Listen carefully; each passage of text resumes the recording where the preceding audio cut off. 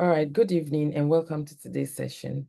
Today, as we do every Monday, we will be treating a PMP or project management related topic. And the topic today is risk management in projects. The people that should be on this call should be those that are PMP aspirants, they are planning to write PMP or preparing to write PMP, or those that are already practicing PMP, that means they're already certified. And you would earn 1.5 PDUs if you're already certified. We'll be recording this session and you would have it on YouTube, so you can go back to watch. So risk management in project, this will be our outline. We'll look at what the learning objectives are, what is risk management will be defined. We'll look at the purpose of risk management. We'll look at risk management processes, which are 7. Plan risk management, identify risk, perform risk assessments, which will be qualitative and quantitative. Plan risk responses, implement the responses that you plan, and then monitor risk. And then we'll look at some traps and project management tips for those that want to write exam. This QR code is to help you scan, especially for those that want PDUs. You scan and send me your first name and your last name and PMI ID, not your PMP ID, your PMI ID. That would enable us assign the PDUs to you. These are the learning objectives of today's session. By the end of this session, you will be able to define project risk and the risk management process. 2, you'll be able to understand identification, analysis, response, and monitoring of risk. 3, you'll be able to differentiate between qualitative and quantitative risk analysis.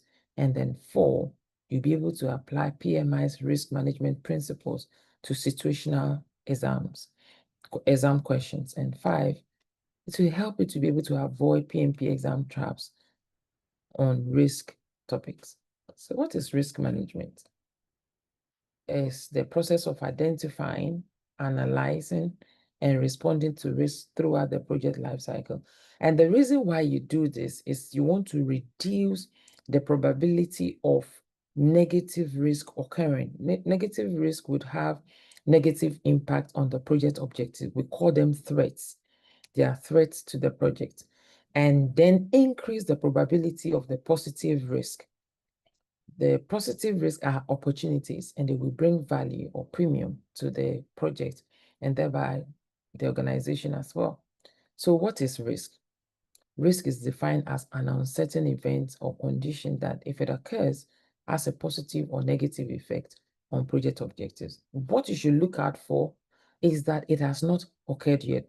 It's an uncertain futuristic event. So when you are reading question and it's talking about something that's happened now and has negative impact, no, that's not risk. That is an issue.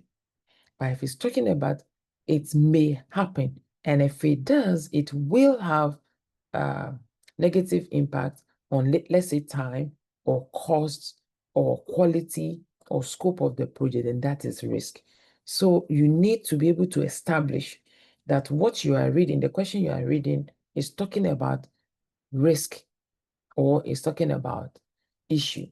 Issue can also be impediment. If it is inadaptive, if it is predictive, then it is issue. Now, why do we need to study or manage risk? What is the purpose of risk management? It helps in increasing project success probability. Because once you know that this could happen and you put a response in it and it occurs, it becomes an issue, then you know exactly how you are going to respond to it. You will not waste time. A project where you don't identify risk and analyze and come up with response, when risk becomes an issue, you will be using knee-jerk, what can we do? You'll be running up and down. It's even disorganizes the team. And because you have not thought through the action you want to carry, it may end up leading to secondary or residual risk. And then you have one of the reasons again why risk management is important is it helps in improving decision making under uncertainty, because you have planned, and you have thought about what if scenarios, you have possible responses on how you are going to handle the situation. So it will improve how you make decisions. And it also enhances stakeholder confidence because you had already anticipated. And that is why, for instance, if you are driving and you have both hands on the steering wheel, and maybe you were speeding and you had problem with your tire, boom, your tire, one of your tires busted, you will not panic, or you will not suddenly apply brake, because you have both hands on the steering wheel, you have firm grip. So all you need to do is to lift your leg off the accelerator so that the car can decelerate gradually, then you move off the road. So planning risk, because you'll be able to make smart decision, would make your stakeholders have confidence in you that you know what you are doing. It also would help to optimize resource utilization and performance. You will not, instead of using maybe screwdriver to press something, you'll not go and use hammer. You'll be able to use your resource appropriately. So now we know what risk is. We have defined what risk management is. What are the steps or processes of risk management? There are 7 in all. 1, plan risk management. Planning risk management is where you plan that, okay, for this project, this is how we go about risk management. By now, you know that if you are managing projects, especially predictive projects, you would have project management plan. Project management plan is where you and your team have agreed that for this project, this is how we will go about it. This, when it comes to cost, when it comes to time, when it comes to scope, when it comes to risk, when it comes to quality, when it comes to this is how we will go about it. So in your project management plan, you would have risk management plan. You would have cost or budget management plan. You will have schedule management plan. You would have quality management plan. You would have resource management plan. You have procurement management plan. You have communication management plan. All these are subsidiary plans in the project management plan. So any plan that does not have a knowledge area name as part of it, does not have time, cost, scope, resource, procurement, communication, stakeholder, it means that is their project management plan. Then all these ones are the babies or subsidiaries. So how you are going to go about risk would be part of the project management plan. So how you are going to go about it, then you identify risk. There are methods or techniques you go by identification of risk. Then the risks you identified, you will perform qualitative risk analysis as well as quantitative risk analysis. And then now you can tell the gravity of each risk and all that. Then you plan how you are going to respond to them, whether they are positive or negative risks. This is how we are going to respond to risk 1, risk 2, and all that. And then you implement the risk responses. Once the risk occurs, how you plan that you are going to address it, you would implement it. All right. And then 7, you monitor risk. It means you've identified risk, but in the course of the project, you are checking the risk we identified. Is it as we identify, or the probability is not as we thought it would be, or the impact is not as we thought it would be, or the response is not as effective as we thought it would be, or it is just effective, or we did not identify risk. So your risk register will continuously or periodically being updated based on this monitoring risk. This is what you do when you manage risk. These are the processes. So let's talk about you identifying risk. This is where you determine risks that might affect the project and you document them. Usually, it will best the risk register. How do you identify risk? You can brainstorm, you can use Delphi technique, you can use SWOT analysis, you can use checklist, you can do root cause analysis, you can use prompt list, and you can do RBS, that's risk breakdown structure. Brainstorming, this is where you and your team members sit down. So, okay, for this project, what do you think are the risks that we may encounter? Then you write them, you list them down. And then when you are done through brainstorming, when you are picking or people are giving you what the likely risk should be, that's not when you say, no, we cannot be, no, yes, or you write everything down. And then when you finish, you pick each, you analyze, you all agree, you agree collectively as a team if indeed it's a risk. And then that's what you do during brainstorming. During Delphi technique itself is a structured method for gathering expert opinions through a series of anonymous questionnaires. This is what happens. Often you have, you would have identified your stakeholders. Maybe your stakeholders, they are busy, they are serving ministers on board or deputy managing director, they don't have time, and you call them, they say they are busy. So you can't get all of them in a room to do brainstorming. So it's actually a form of brainstorming, but what the difference is, you, the project manager or the risk manager, you become the moderator. You have a questionnaire, you send it to the stakeholders that you have identified, and then they will list the risk they think you would encounter on the project. And once they list it, they send it back to you. You compile the list, you send it back to them for their feedback. Oh, I agree with this. No, this is not risk. Whatever the feedback, you bring it back, you update the list again, you send it to them. You do this back and forth until you have a list. That's Delphi technique. You can use it to identify anything aside risk, but you can use it in this instance, we are talking about risk, so you can use that. And you know what your SWOT analysis is: strength, weakness, opportunity, threats. On the project, you do it with your team to be able to do that. We also say that one of the techniques is root cause analysis. Remember your Ishikawa or the 5 whys. It does not only identify a risk or a problem, but it goes to the underlying, like the root cause of the problem. So if the risk is your team members may produce maybe less quality item, for instance, you want to know why. Why? Because they are tired. Why are they tired? They come to work late. Why do they come to work late? um they get caught up in traffic. Why do they get caught up in traffic? They don't set off early. Why don't they set off early? Because they don't wake up early. Why don't they wake up early? They get home late from work. Why do they get up late from work?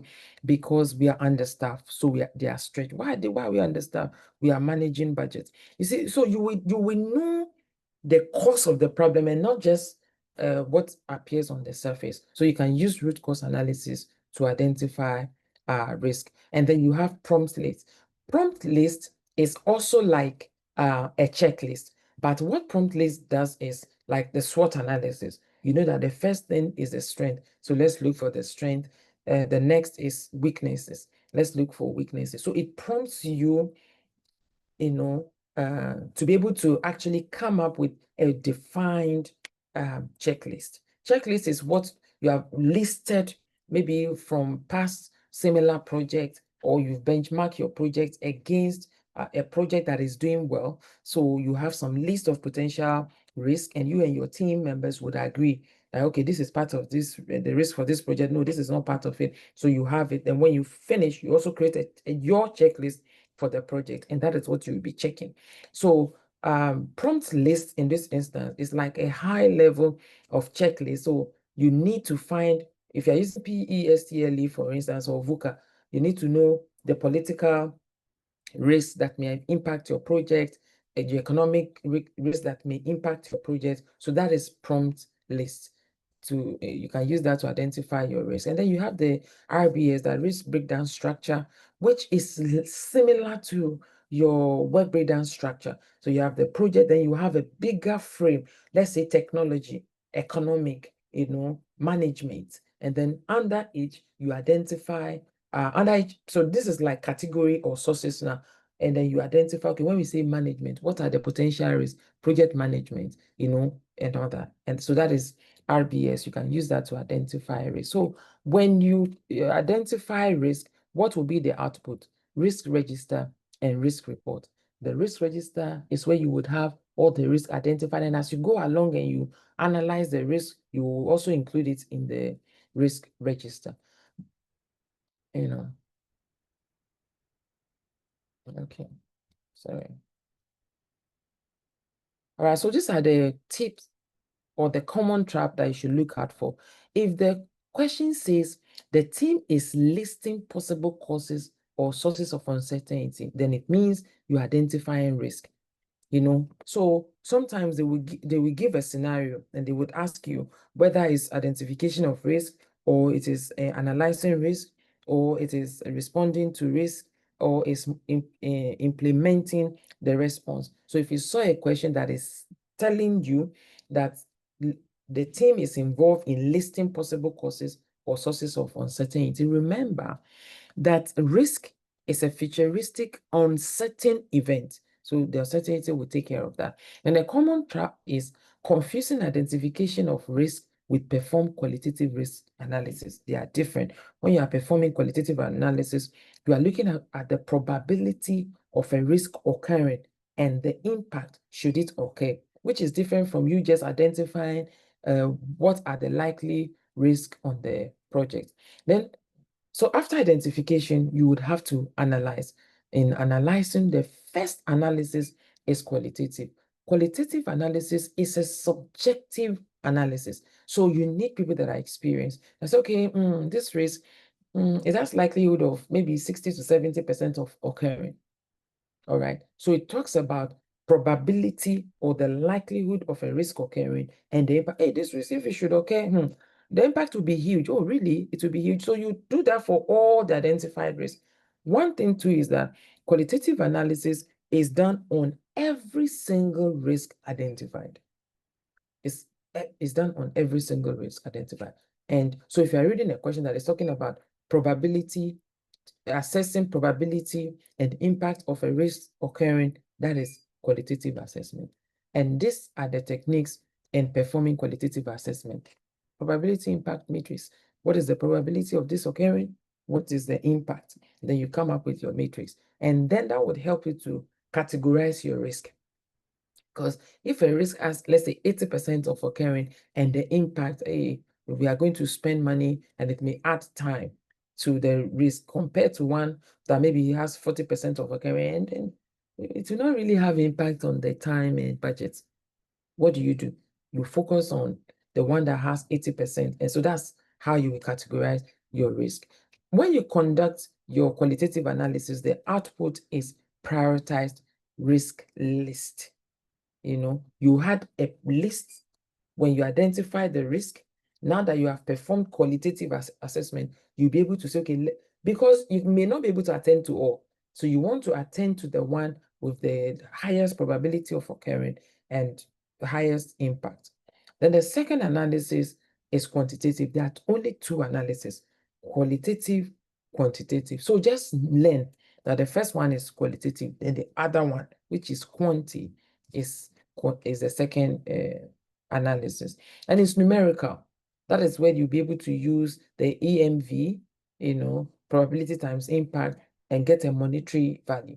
All right, so numerical analyzing the effect of identified risk on overall project objectives. Now, usually, some people stop when they finish the qualitative analysis. They don't do quantitative analysis.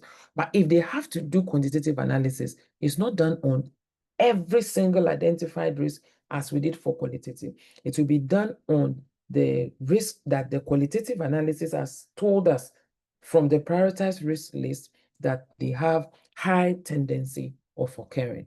So you are not going to conduct quantitative analysis on all identified risks. And anytime you're reading any question, it talks about Monte Carlo simulation, decision tree analysis, sensitivity analysis, please, it's quantitative analysis. And when you perform sensitivity analysis, when you say that if this happen, how will it impact? Usually they are computer-based. The output of sensitivity analysis is tornado diagram. I remember when I failed my PMP, I saw this question. I was like, tornado and PMP, is it trick? Or are they trying to mislead me? So when I came out, I came to read about it. And that's when I realized that it exists. Tornado diagram, bar chart, the bar stands vertically. For tornado diagram, the bar, they are aligned horizontally. Instead of standing vertically, should I say they are lying down, okay? And the longer the length, the higher the intensity of the impact should the risk occur. So just know that if you saw simulation, it's also computer-based. Decision tree analysis, you have a tree, each branch is a potential risk, and the end of the branch, like the leaf, is the outcome of that risk. So you can have, let's say, 3, and then when you find the expected monetary value of all 3, you know that the one with the highest one would have higher impact on the project objectives.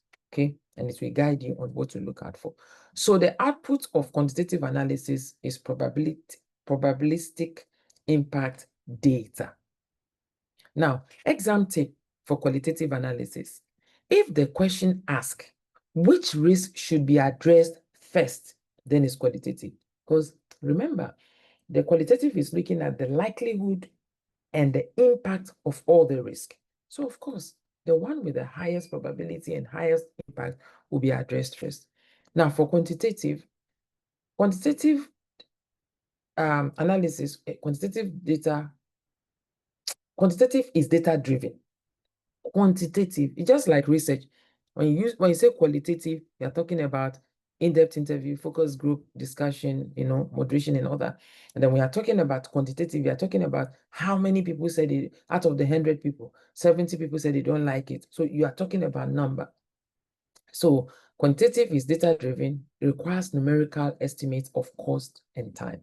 Qualitative, remember, is subjective. So if you read anything, they say they were doing analysis and they were basing it on subjective analysis, please, it's qualitative. Now, so now you have your risk identified. You need to also come up with a plan on how to respond to them. Let's look at the different risk response strategies for positive or opportunities risk, or negative, which is also known as threats. Okay, for opportunities, these are how you respond to them. You exploit. This is where you ensure the opportunity happens. If it means you are go early to look at it, you ensure that it happens. Enhance. This is where you increase the likelihood or its benefits. And then share, when you realize that I may not be able to do this alone. This is why people form consortium, all right, to bid for project. Then accept, you take advantage of it. If it occurs, you do nothing. Just wait. If it happens, I pray it happens. But if it doesn't happen, you do nothing. And then escalate means you report it to, maybe if you're a project manager, you escalate it to the program manager, or you escalate it to your MD. That is how it happens. So these are the response strategies for opportunities or positive risk. And then for the negative risk that are threats, this is how you address them. One, you avoid. Avoiding means that you can cut that aspect off from the scope. Let's say you identify your risk, and then after analysis, you realize that it can lead to death of maybe the team member working on it. Just cut that off. You avoid it altogether. Or you are driving somewhere and they say there's traffic on the way, on this road, but there's no traffic on you take a different route. It means you've avoided that risk. When it comes to PMP exam, people ask me, where do I write the exam? I say you have options. You can write it in your home or in your office, provided you have internet, or you can go to PMI accredited exam centers. But I would say go to PMI's accredited centers, so that you avoid the error or chance of my internet blinked. Because once it blinked to PMI, you have completed the exam. Whether you wrote only one out of the 180 questions, just avoid it. Or you try. So when you go to an exam center, you are transferring the risk to the exam center. In case it happens, it becomes the exam center and PMI's discussion. They will just call you. Okay, yesterday you went to write the exam and then there were challenges. All right. So now, a moment, please. Now, sorry. Now, go back tomorrow or go back to your portal and reschedule your exam, but they will never give you that opportunity if it happened in your home. I have had instances when I was president of PMI Ghana where people will call me that so has happened and I will be fighting on their behalf. When I realized that you will not win, you would have to pay for a receipt. I advise people go to the center. So I've used the same example to explain avoid and transfer. Mitigate is when you reduce probability or impact. If someone is coming to fall from a story building and you use maybe trampoline or foam, to cushion the fall, the person will still fall, but the impact is reduced.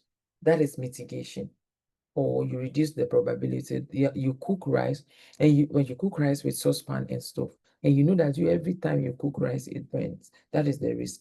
Now you want to reduce the probability of the risk burning, so you stay in the kitchen with the rice from beginning to the end, so that it doesn't burn.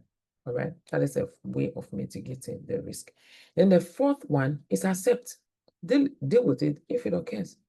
So you are there. Those are the people that will say we are keeping our fingers crossed.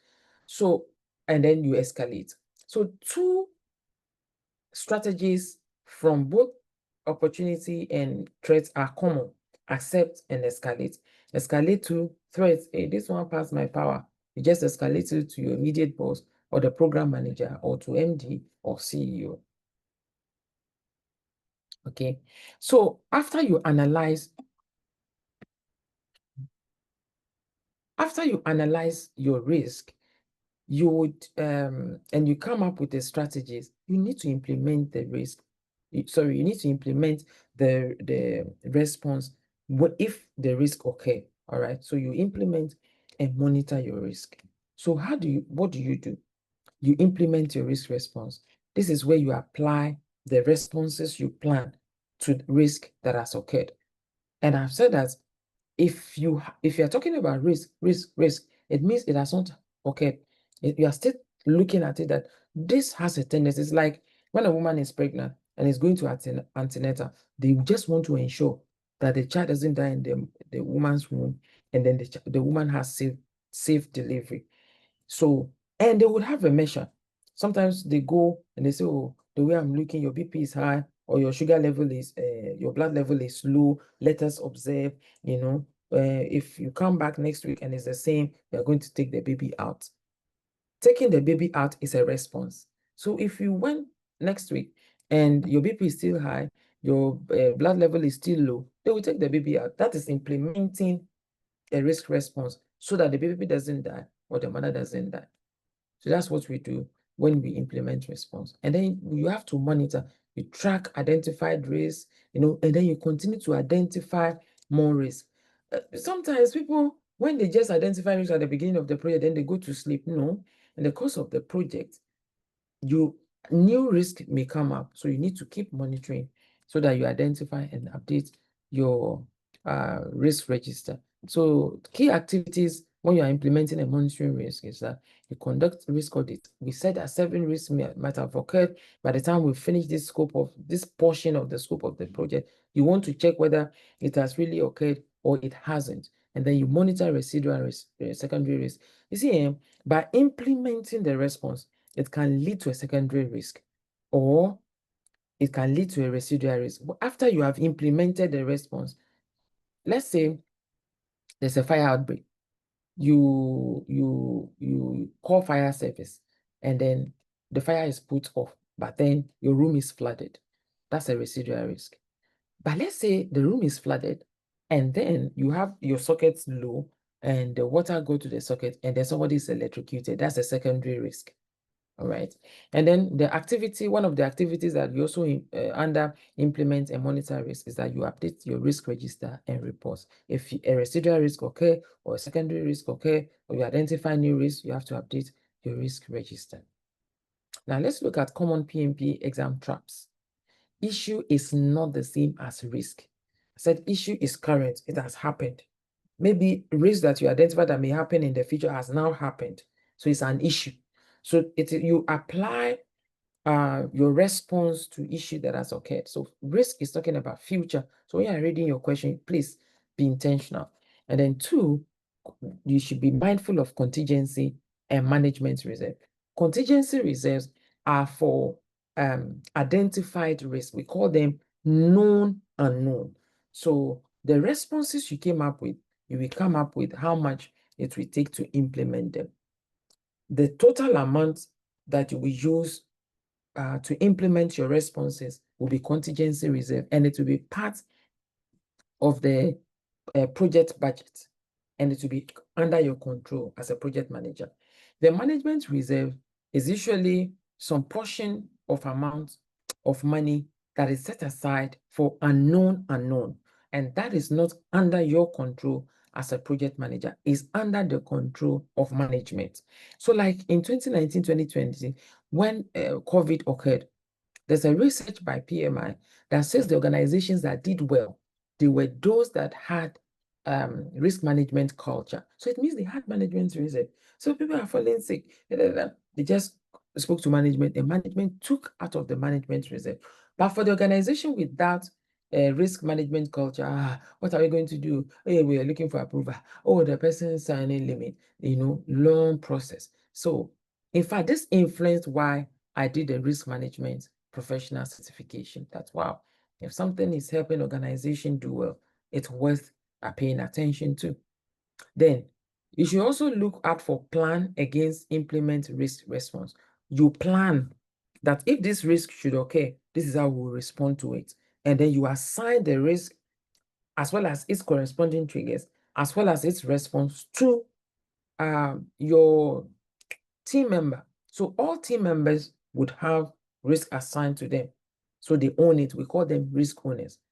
And what you have planned. Now, when the risk occurs, you will not be saying, who will do it? Who will do it?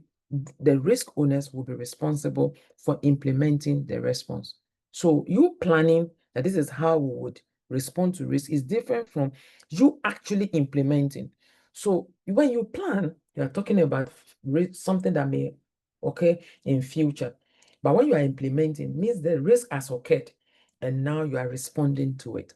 Now, we also have what we call workaround. Workaround are for risks you didn't identify. If you didn't identify, you couldn't have analyzed.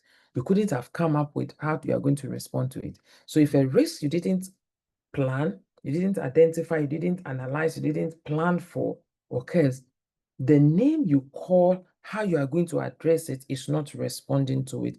It's called work around it. How you will work around this issue you didn't envisage from happening, and most likely you are going to go to management for them to take out of the management reserve for you to address it.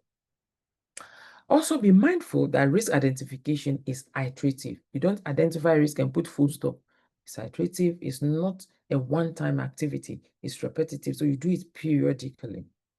Now, risk owners are not the same as project managers. So like I said, you identify risk, you identify its corresponding triggers, and then you also come up, you and your team, you come up with how you're going to respond to respective risk, and then you assign them to risk owners. So that's okay, John, you are responsible for risk 1. If it occurs, we have all discussed it, and this is how we are going to know that the risk is about to occur. If you use saucepan and stove to cook rice, one of the triggers, if the rice is going to burn, is that you start hearing some sound when the water is finished in the saucepan. Tap, tap, tap. If you are there, the trigger, your attention will be called. You quickly check the texture of the rice. Oh yeah, it's done. You put it off. Oh, it's not done. You lower the fire. You sprinkle some water and stay with it. But if you didn't stay with it, you're in your room. You will say, something is burning. Before you realize that it's your own rice that is burning, oh, the rice has turned to charcoal, so you missed it. So it's important that when you have a project status meeting, each risk owners would give updates that, oh yeah, I'm responsible for so risk. I'm paying attention. The triggers have not gone off. If you are in Ghana, you will remember one of the Melcom stores that collapsed at Achimota. And when the workers were interviewed, they said they saw cracks in the pillars, and every day the cracks expanded. I was like, you saw it and you still you continue going, So it's the responsibility of the risk owner to pay attention to the identified triggers and watch out.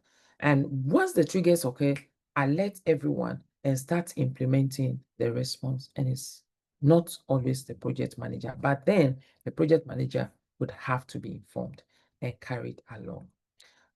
What you also need to know about qualitative and quantitative analysis, I said it, qualitative is subjective judgment. And this is where you rank risk by priority based on the probability and the impact. Quantitative analysis, we have to use numerical simulation. That's where you have the decision tree, you have the sensitivity analysis, you have the Monte Carlo simulation. When they say simulation, the common next example is the Monte Carlo simulation. Okay, please note, both qualitative and quantitative will feed into response planning and prioritization, because some organization or some team, after the qualitative, they will not do the quantitative, and they can plan and they can prioritize their risk and plan how they are going to respond to the risk. So if you are answering a question and it talks about new risk were discovered during execution, it is not identification of risk, it will be during the monitor risk, So let's look at summary and key takeaways. Risk management is proactive and continuous. So I call it a living exercise. All right. 2, when you perform qualitative, you are able to prioritize your risk, and that happens before qualitative or quantification of the risk. 3, engage stakeholders in identifying and reviewing risk. This shouldn't be coming to you as a surprise. Remember, when you're starting your project, the first thing you do is that you identify your stakeholders, you analyze them based on their power, their influence, and their interest on the project objectives, and then you can know which of them will be part of you identifying risk. So it's not limited to only as my team members, we are going to identify risk. Sometimes or most times you should involve key stakeholders, and then you communicate and document throughout. Don't keep it to yourself. When there are issues that say, hey, last month we even identified it, or we thought we could handle it. Please communicate, document, and communicate throughout with respective stakeholders. And effective risk management enhances success probability, because then you'll be able, it's like you are driving. They say, oh, my tires, they are in good condition. I don't need spare tire. Ooh. So if you had a flat tire, you will be stranded because you have no backup. You did not think about it as risk. You see, when you are even mindful of risk, you will apply it to every aspect of your life. I tell people often when I'm going somewhere, I have spare shoes. I'm wearing a shoe and I have a spare one. The heel may get broken. I may become uncomfortable with the heels. Then I can change. But can you imagine me having plenty pairs of shoes at home, and now I'm wearing one that is hurting me, but I don't have a spare to change into. So it's a way of life, really, risk management. So this is my favorite slide. I encourage you today. You can do it. I tell my stories. It's not because I'm proud it's not because I'm excited that I failed PMP at my first sitting, but I know that it's not a pleasant topic for people to talk about, that they fail PMP. Often you hear, oh, I passed at first sitting. God bless them. But I failed my PMP and I wrote again before I passed PMP. And look at me today. We are talking about PMP in Ghana, in Africa, my name will come up. So you can do it. It doesn't matter whether you have attempted it and you failed, or you are overwhelmed. That's, this thing is too much. Oh, there are a lot of things to read. Can I do it? I'm here to assure you that you can what? Do it. Now, this is for you to scan, and let me have your first name, your last name, and PMI ID, not PMP ID, PMI ID, so that we can upload your PDUs for you. Okay, let me read if it is something that requires my attention. Hello, Jumoke. Do I need to have my PMP before joining the PM? No, peer membership and certification, they are mutually exclusive. You can become a member and never write any of the certifications. And we have people that are certified and do not hold, they are not member of any association, of any of the chapters.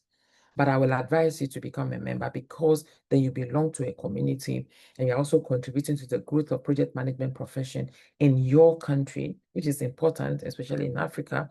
We need our voice to be heard, and the more we are, the louder our voice becomes, and it increases your chance of, networking and becoming better at what you do.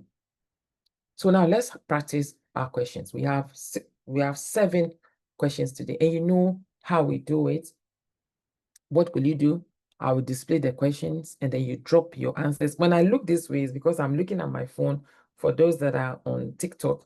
And, yeah. So those that are on TikTok, you also drop your answers in the chat section, and you also drop your, those that are on Zoom, also drop your answers in the chat section. So are you ready?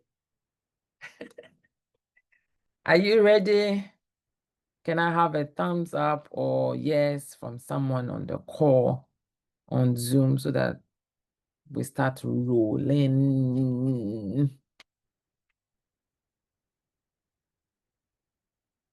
Okay, Joseph, on behalf of everyone. Now, here's our first question. During execution, a risk with a high impact but low probability occurs. The response plan was not triggered because the trigger condition was not met earlier. What should the project manager do first? A, escalate to sponsor. B, implement fallback plan. C, update the risk register and issue log. D, revise the risk management plan. Oh yeah, drop your answer.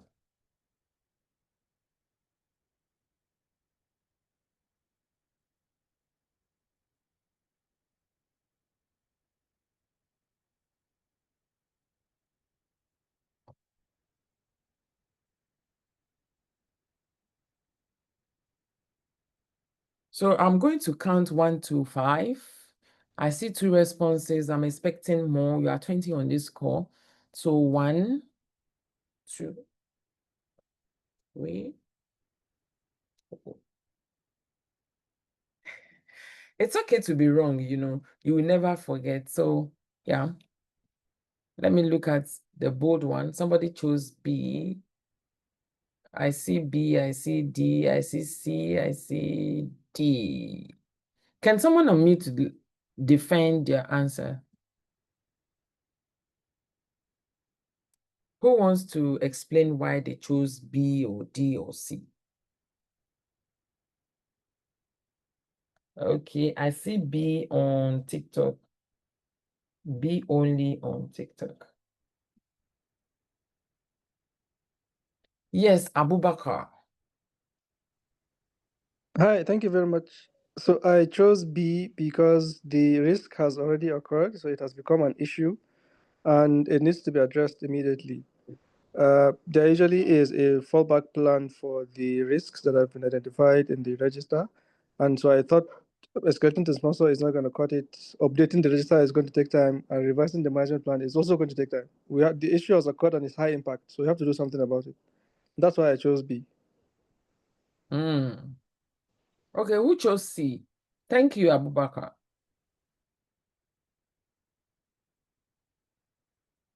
Yes, who chose C?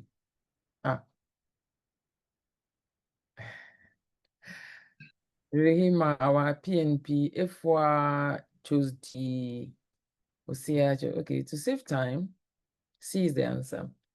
You see, never be too much in a hurry to implement a fallback. During execution, a risk with a high impact but low probability occurs. The response plan was not triggered because the trigger condition was not met. So the reason why C is the answer is, since the event has already occurred, it is now an issue.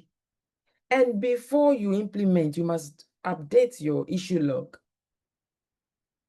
You must update your issue log. Don't be so much in a hurry. Even when you see your question, Some people will just start solving. You will need to investigate and assess the situation. Before, when we say that, doesn't mean how long will it take you to update your risk register in issue log? How long will it take you? Because if you implement fallback plan or workaround plan with that documentation, what are you doing? You must have a reference point. So updating your risk register and your issue log, because now the risk has occurred, as you rightly said, it has become an issue and you have issue log. If it is predictive, if it is adaptive, you have impediment log. You see? So please, the answer is C. So let me clap for those who chose C. Question 2.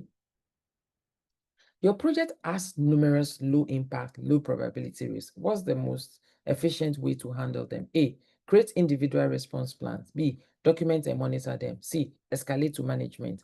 D, perform quantitative risk analysis.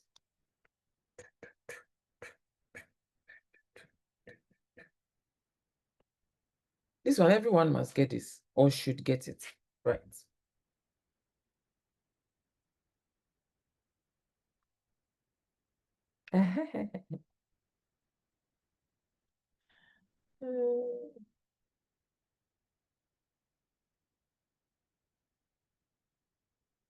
Okay.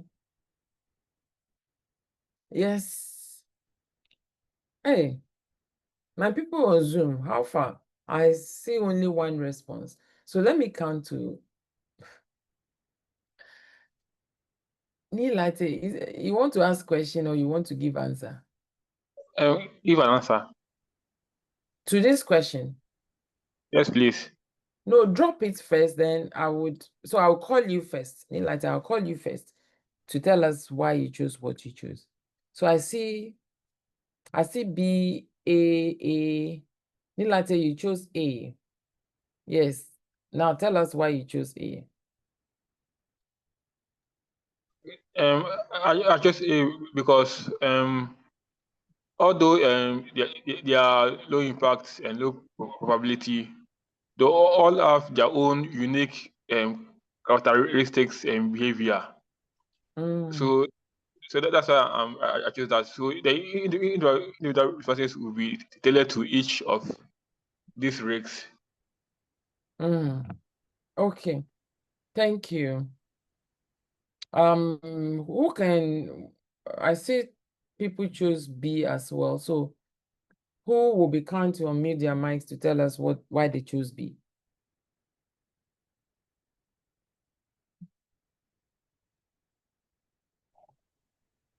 Hi, Joey. Hello. First, let me congratulate you for adding another badge to your signature blog. Thank you. Okay, I chose B. Why I chose B, the risks are low impact and low probability. So personally, I would just document them and monitor them and act on them in case they happen. So I will just, that is the acceptance. Thank you. Rima is one of the, so we can still say you are newly PMP certified, right? Yes. And congratulations once again. Thank you. And it is perfect. You cannot be creating how to respond to low impact, low probability risk. So you would have prioritized your risk, and these ones will be below because they have low likelihood of occurring. And even if they occur, they would have low impact. You will spend your time on analyzing and coming up with how to respond to those with high impact and high probability. So yes, B is the answer. Low risk are typically accepted and monitored rather than managed individually. Question 3. A project manager wants to compare the cumulative cost impact of all identified risks. Which tool should they use?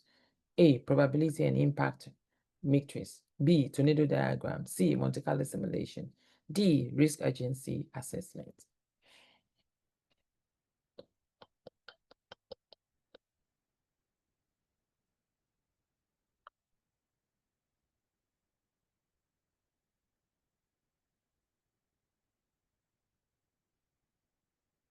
Yeah, let's do this fast so that we can finish under 1 hour.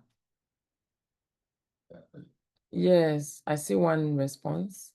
2 now. Can we get 3 more so that we have 5 responses? It's okay for you to get it wrong. We are all learning here.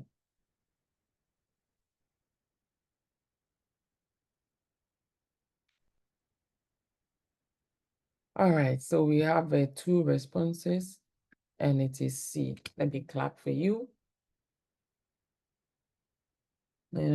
Because of cumulative cost, can be probability and impact matrix that is qualitative, and it doesn't give you cost. It's Monte Carlo simulations that will do that.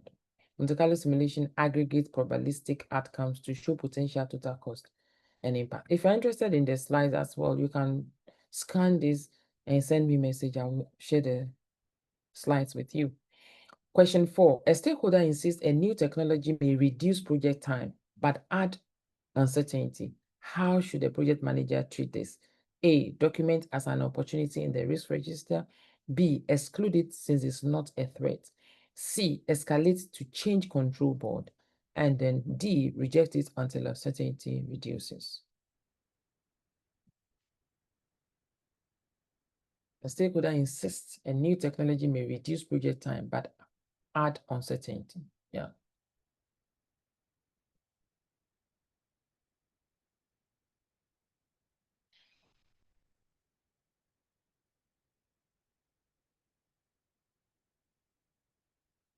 Okay, I see C, I see A. Ooh. C. A stakeholder insists a new technology may reduce project time. May reduce, that's a plus. So it's an opportunity. And it's an identified risk. Positive uncertainties are opportunities, not threats. If you say exclude it since it's not a threat, it will be because you have the mindset that risks are only negative, they're only negative or threats. And then escalate to change control board. As a project manager, you are a problem solver. You have to do something before you escalate, and then you cannot reject it because it's nothing. Even if it's a low impact risk, you still have to document it. So A is the correct answer.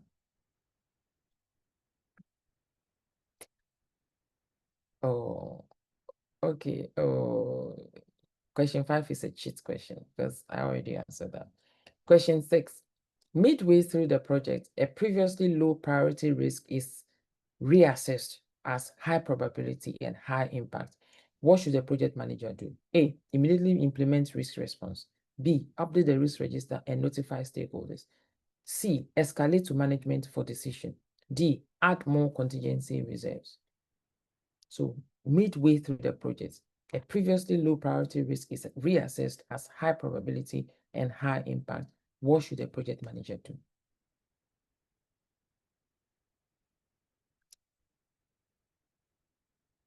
B. Okay. Yeah. Because remember, we said that the risk register is a living document and you need to be updating it periodically, assessing your risk. And that is what has happened, that midway through the project, the team decided to check the risk they have in the risk register. And they realized that a risk that we say has a low priority is actually no, it has high probability of occurring at this point and high impact. The first thing is update the risk register and then you notify stakeholders, because this one now you have to come up with how to respond to it, and it will have cost implication and all that. So risk assessment results must be documented and communicated before deciding next steps. This is in line with, I think, the first question or second question. And the last but not the least question, a project team completes a risk audit and finds that mitigation strategies are not reducing exposure as expected. What should the project manager do next? A, perform a new qualitative analysis. B, update the risk management plan. C, conduct variance analysis. D, create a change request to modify risk responses. Okay.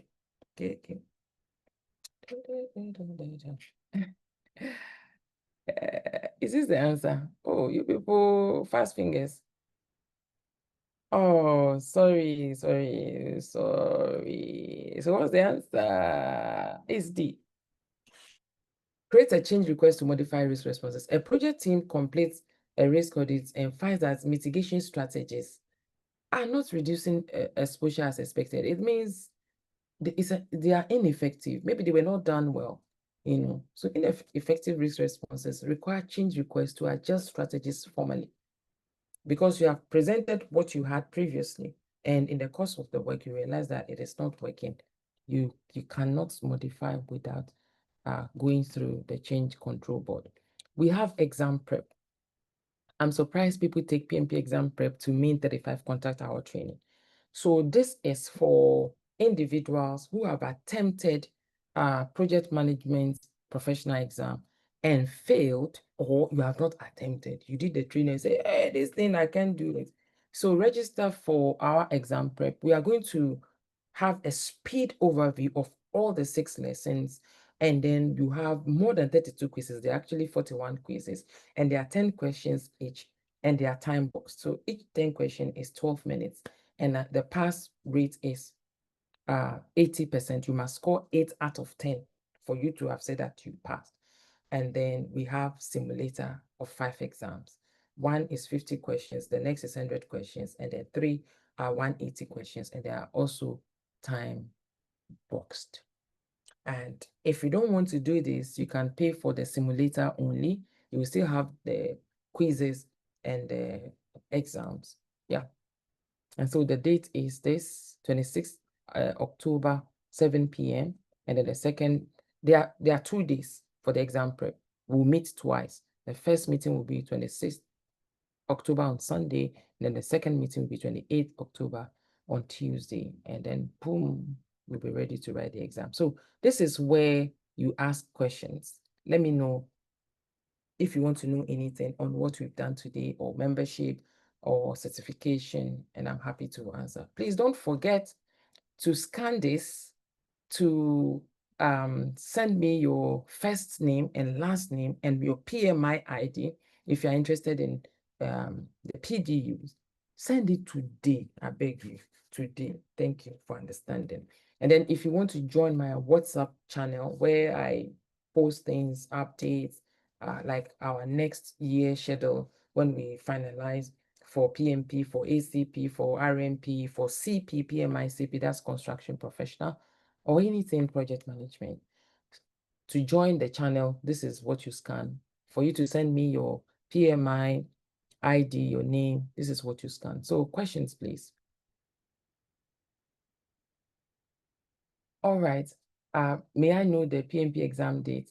It's not fixed. It's dependent on you. When you apply to PMI that you want to write PMP and it's approved, from the first day of the approval, you have 365 days to write the exam. So let's say I got approval today. That you can only pay after you receive approval. So I receive approval and I pay today.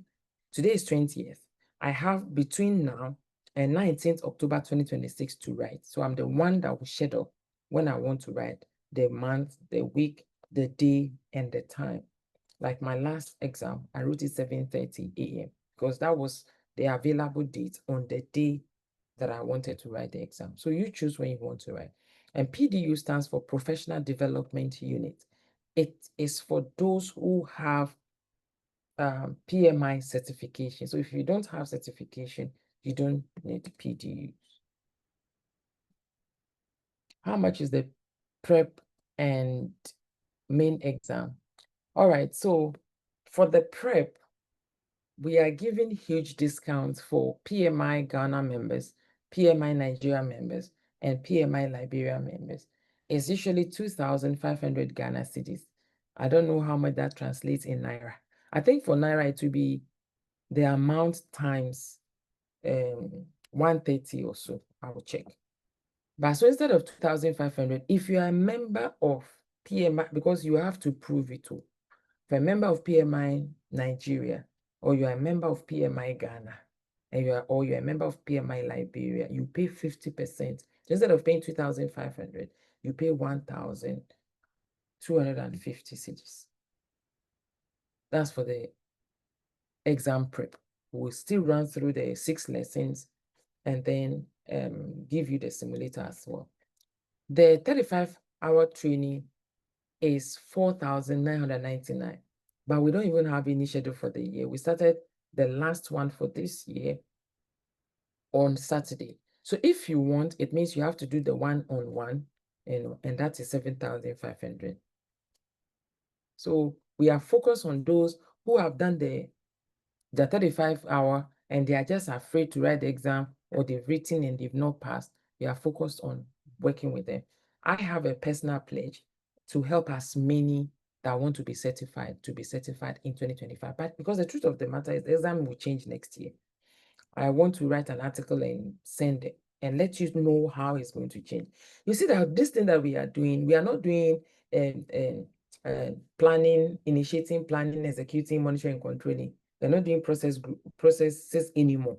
But in the 8th edition of PMBOK, they've reintroduced it. They've knocked off quality. They've knocked off another thing. So it's coming. Kakai is coming. So if you don't write the exam, it means you have to go and do another training. Or you will say, oh, I want to read on my own, and all that. So just deny yourself some sleep, some football matches, some telenovelas, some kokonsan, or some gossip or gist. You can prepare for this exam in 2 weeks and write it. It's possible because it's done. I have my students that have done it. So for the 35-hour training, it's 4,999 Ghana cedi. But for the members of PMI Ghana only, they have 10% discount. That's 4,500. But like I said, we don't have any schedule this year. We started our last this Saturday, 18th October. It's virtual. The training is virtual. Okay, so you also want to know how much is the exam. The exam fee varies depending on your membership. If you're a member of any of the PMI Africa, let's say PMI Nigeria, PMI Ghana, PMI Togo, PMI Benin, the exam fee is $284. If you're not a member, sorry, it's $575. If you want to become a member, so how do you become a member to be able to pay the $284? For PMI Ghana, you have to pay $144. And then for PMI Nigeria, I think it is $139 or $134. I'm not very sure. But I can only, if you want to become a member of any of the chapters, send message to me. I will link you up with the president of the chapters. You don't need to write any exam to become member. Just need your debit card or your regular ATM card. You go to pmi.org, pmi.org. You will see some horizontal menu. You see certification, membership, learning. Click on membership. It's a drop-down menu. Select PMI, select join PMI. Then you scroll down, membership. You click on it. You see 109. Then you add your preferred chapter to it. But you must be in Africa. If you are in, let's say, UK, US, Australia, you may join any of the Africa chapters, but your IP will show that you are not in Africa and you are making money. Your PMP exam will be 425 USD. Student membership is, I think, 47 USD or 27 USD. If you are in Ghana, get in touch. I will link you up with the volunteers that are responsible for that, and they'll be able to confirm whether you're going to pay $47 or you're going to pay $27. Can I? Oh, yes. You can join multiple chapters. Just sincerely, is a member of 5 chapters. Ghana chapter, Nigeria chapter, Togo chapter, Angola chapter, and Liberia chapter. So yes, you can be. member of multiple chapters. Any other question? I meant for the PMP exam. I don't understand.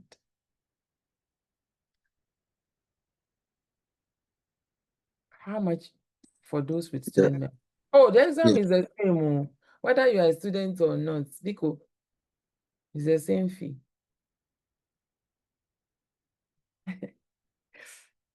It's the same fee. It's only membership that varies for students and regular. How is the renewal of membership goes? Renewal of membership is every year. So let's say you became a member of PMI Ghana this year, you pay 144. If you renew before your membership expires, you pay 134. So I renew on the last day. I try to, because I keep my, what is it called? My membership tab. I renew maybe last day or 2 days before expiration. So first time you pay 144. If you renew before it expires, it's 134.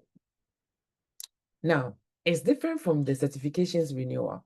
So if you got certified today, your cycle for the renewal of your certificate is every 3 years. Every 3 years, you have to renew. So in renewing that certificate, there are 2 requirements. For PMP, you need to get 60 PDUs, 60 PDUs, and then you pay 60 USD. But they've given us discount on the on the USD you have to pay. I think we pay $42 or $48 now. So you pay that on the 3rd month, get your PDUs, 60 PDUs, then you pay your 42 or 48 USD to renew or recertify. Okay, maybe I should just do a session next week on everything you need to know about PMP and PMI membership. What do you think? So that we can answer more questions without me making presentation. How to get the PDU for this webinar? Abubakar, look at my screen. This one that I'm circling, scan it now and send your first name and last name and your PMI ID. You will receive the PDUs. Please, can we get the recording for today's meeting? Oh, yes, you will get it. We will upload it on YouTube and share the link. I think I've answered all the questions. If you want me to have a session, I think last 3 weeks or so I had it, but I'm happy to have it again, where to be question and answers. You ask me questions and I answer. Okay, I see a Zoom user hand raised. Please ask your Yes, question. madam, thank you very much. Good evening. I want to find out, assuming that I've applied for the exam and my application has been approved for next year. And for now, I think the 7th edition of the pen book is in use now. Assuming there's a 8th edition this year, would I be writing with the 7th edition, or I have to abandon the 7th and go for the 8th edition for the exam this year? You'll be writing what the exam is delivering. And it's erroneous to say that the exam is based on 7th edition. The current exam is based on what we call ECO, Examination Content Outline. And it is based on Pinbox 7th edition, Pinbox 6th edition, and 9 additional books. This current exam. So if you picked only where's my Pinbox 7th edition? If you picked only this, and they say you are reading it, you fail the PMP. Because it's only portion that is based on here. A portion is based on the 6th edition, yeah. So the exam is exam. When the exam changed 2nd January 2021, some people had done only predictive and they went to write the exam and they failed. They failed. So you just have to be in the know. And that's why I'm encouraging people to write the exam this year. Or die be die, write it. The exam I wrote exam last week, Wednesday. Yeah. As at a date to the exam, I've never been fully prepared to write exam in my life. But this particular exam, I really struggled. And my daughter was like, Mommy, why don't you postpone it? Why don't you postpone it? I said, oh, die be die. I prepared, I did some questions, and I passed. So you will never feel that you have adequately read, but you need to do your best, study, get simulator. When I failed my first exam, I didn't use simulator. was like, I'm an engineer. What question did they want to have? And I bumped.